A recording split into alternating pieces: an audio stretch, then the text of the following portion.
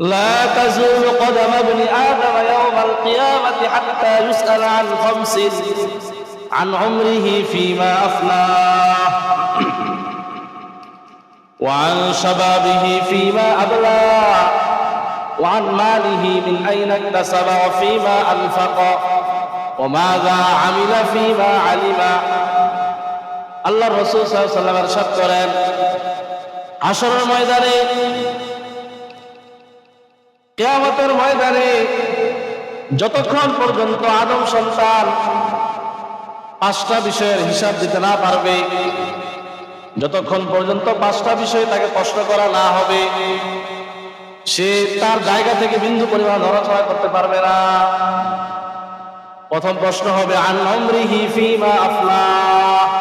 ও বান্দা, তোমাকে যে আমি একটা জীবন দিলাম, একটা হায়াত দিলাম, 60-70 বছরের একটা হায়াত তুমি পেলে, এই লম্বা হায়াতটাকে তুমি কোন কাজে ব্যয় করেছো?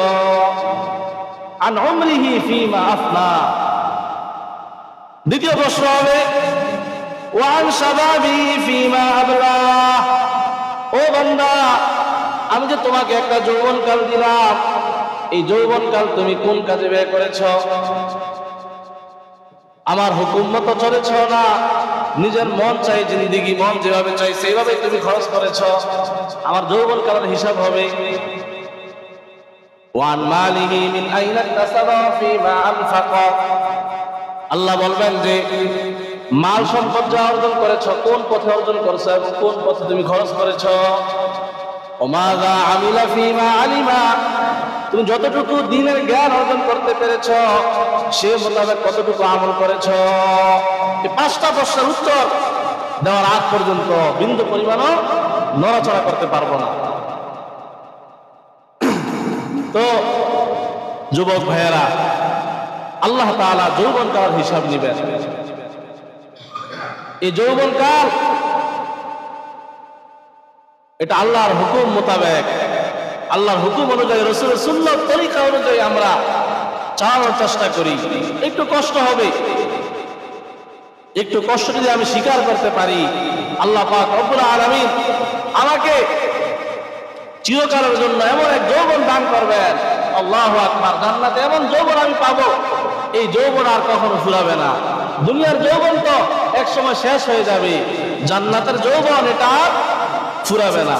আল্লাহু আকবার। কেমন সুন্দর জান্নাত আল্লাহ আমাদের জন্য বানিয়ে রাখছেন। আল্লাহর হাবিব সাল্লাল্লাহু আলাইহি ওয়াসাল্লাম হাদিসের মধ্যে ইরশাদ করেন যে জান্নাত কেমন হবে। আল্লাহ রাসূল বলেন যে ব্যক্তি জান্নাতে প্রবেশ করবে, মাইয়াদুখুলুল জান্নাতা ইয়ানামু লা ইয়াবআসু। যে ব্যক্তি জান্নাতে যাবে, আল্লাহ পাক রব্বুল আলামিন তাকে জান্নাতে প্রবেশ করাবেন। জান্নাতের মধ্যে চিরকাল সে সুখে থাকবে, আনন্দের মধ্যে থাকবে, কখনো কোনো চিন্তা তাকে গ্রাস করবে না, কোনো দুঃখ কষ্ট তাকে স্পর্শ করবে না। আল্লাহ পাক রব্বুল আলামিন তাকে এমন পোশাক পরাবেন, যেমন পোশাক সে পরিধান করবে, পোশাক জীবনে কখনো পুরাতন হবে না। সুবহানাল্লাহ। এমন পোশাক, এই পোশাক কখনো পুরাতন হবে না। এবং আল্লাহ পাক রব্বুল আলামিন এমন যৌবন দান করবেন যে যৌবন কখনো ফুরাবে না। যৌবন সব সময় থাকবে। 30-31 বছরের যুবক আল্লাহ তাআলা এরকম যুবক বানায় দিবেন, জান্নাতে গেলে আর কোনো দুঃখ কষ্ট থাকবে না, কোনো পেরেশানি থাকবে না, কোনো বিপদ তাকে স্পর্শ করবে না। যদি এরকম অনন্ত অসীমকালের এক যৌবন আমরা পেতে চাই, দুনিয়ার এই যৌবনটাকে আল্লাহ হুকুম মতো চালাতে হবে। আর যদি একটু দুনিয়ার সুখের জন্য, আরে একটু বন্ধুদেরকে নিয়ে আনন্দ ফুর্তি করার জন্য, নিজের নফসটাকে একটু আনন্দ দেওয়ার জন্য আমি আল্লাহ নাফরমানি করলাম, আমি গুনাহের সাগরে ডুবে গেলাম, তাহলে ওই যে জান্নাতের অনন্তকালের এই যৌবন আমি হারিয়ে ফেলবো, এর থেকে আমি বঞ্চিত হয়ে যাব। যে এই দুনিয়ার সামান্য কয়েকদিনের যৌবনের জন্য আখিরাতের অনন্ত অসীমকালের যৌবনকে হারায় ফেলে এর থেকে বঞ্চিত হয়ে যায়, তার মতো তো বোকা আর কেউ হতে পারে না। তো আমার ভাইয়েরা, এই জন্য যৌবনকালে বেশি বেশি আল্লাহর ইবাদত করা, আল্লাহকে ডাকা, আল্লাহ তাআলা যুবকের দিকে তাকায় থাকেন। আরে যুবকটি আসে আল্লাহর কুদরতি পায়ে সেজদা করে, যুবক যদি এক ফোঁটা চোখের পানি ফেলে আল্লাহর কাছে দোয়া করতে পারে, দোয়া করতে দেরি হবে, চোখের পানি মাটিতে পড়তে দেরি হবে, আল্লাহ তাআলা তাকে মাফ করতে দেরি হবে না।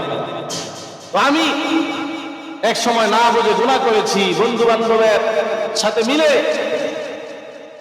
আমি অনেক গুনাহ করেছি। এখন আল্লাহ তাআলা আমাকে বুঝ দিয়েছেন, আমি এখন বুঝতে পেরেছি হেদায়েত আমার নসিব হয়েছে। আমি যদি এখনো ফিরে আসি, তওবার দরজা সব সময় খোলা, আল্লাহ তাআলা তো আমার দিকে তাকিয়ে আছেন।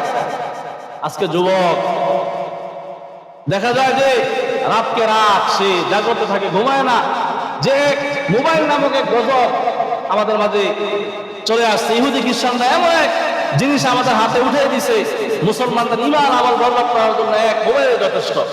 আজকে যুবক রাতকে রাত মোবাইল দেখে ঘুমায় না, জাগ্রত থাকে, কিন্তু তার এই জাগ্রত থাকা এটা তাহাজ্জুদের জন্য হতে পারে। আজকে যদি আমি তাহাজ্জুদের জন্য জাগতে পারতাম আমার জীবনটা দামি হইতো, কিন্তু আফসোস আমি কি জন্য রাতকে রাত জাগতেছি, এই মোবাইলে অশ্লীল জিনিস দেখতেছি, খারাপ খারাপ জিনিস দেখতেছি, আমার এর দ্বারা আমার জীবন নষ্ট হচ্ছে, আমার আখিরাত নষ্ট হচ্ছে। এটা যে আমার স্বাস্থ্যের জন্য কত বড় ক্ষতি। একজন মানুষ যদি ঠিক মতো না ঘুমায়, এখন তো যৌবনকাল, শরীরটা একটু ভালো মনে হয়, দেখবেন কয়েকটা বছর যাক, এরপরে এটা হারে হারে টের পাবো আমরা। এজন্য যদি আমরা জাগি, জাগতেই হয় আল্লাহর জন্য জাগি, তাহাজ্জুদের জন্য জাগি, রাত 2টা 3টায় জেগে জায়নামাজে দাঁড়ায় যায়। আজকে যুবক হাত উঠায় কিন্তু দোয়ার জন্য হাত উঠায় না। আজকে যুবক চোখের পানি ফেলে, চোখ দিয়ে পানি আসে কিন্তু আল্লাহর ভয়ে চোখে পানি আসে না, দুনিয়ার কিছু পাওয়ার জন্য চোখে পানি আসে। আমাকে তো চোখের পানি ফেলতে হবে আল্লাহর ভয়ে। যে যুবক আল্লাহর ভয়ে কান্না করে, যে যুবক যৌবনকালে আল্লাহর ইবাদত করে, ইবাদতের মধ্যে যৌবনকালটাকে কাটায়, আল্লাহ পাক রব্বুল আলামিন হাশরের ময়দানে কঠিন মুসিবতের দিন, যেদিন আরশের ছায়া ছাড়া আর কোনো ছায়া থাকবে না, ওই কঠিন মুহূর্তে আল্লাহ পাক ওই যুবককে আরশের নিচে ছায়া দান করবে। সুবহানাল্লাহ। এই সেদিন সবাই একটু ছায়ার তালাশ করবে। আরে আজকে দেখেন এই যে গরমকাল শুরু হয়ে গেছে, সূর্য কত দূর থেকে আমাদেরকে, কত কোটি কোটি মাইল দূর থেকে তাপ দিচ্ছে, আমরা কি সহ্য করতে পারি? একটু কোনো ছায়া ছাড়া রোদ্রের মধ্যে দুই একজন দাঁড়া থাকতে পারবেন? কি অবস্থা হবে? আর ওই দিন তো সূর্য একবারে মাথার কাছে চলে আসবে, আধা হাত কাছে একেবারে চলে আসবে, সেদিন কি অবস্থা হবে? যে যুবক সে তার যৌবনকালটা ইবাদতের মধ্যে কাটায়, আল্লাহ পাক রব্বুল আলামিন সেই হাশরের ময়দানে তাকে আরশের নিচে ছায়া দান করবেন। আল্লাহর হাবিব সাল্লাল্লাহু আলাইহি ওয়াসাল্লাম এভাবে যুবকদেরকে যারা যৌবনকালটাকে নষ্ট না করে, এটাকে মূল্যায়ন করে ইবাদতের মধ্যে কাটায়, অনেক নসিহত যুবকদেরকে করেছেন।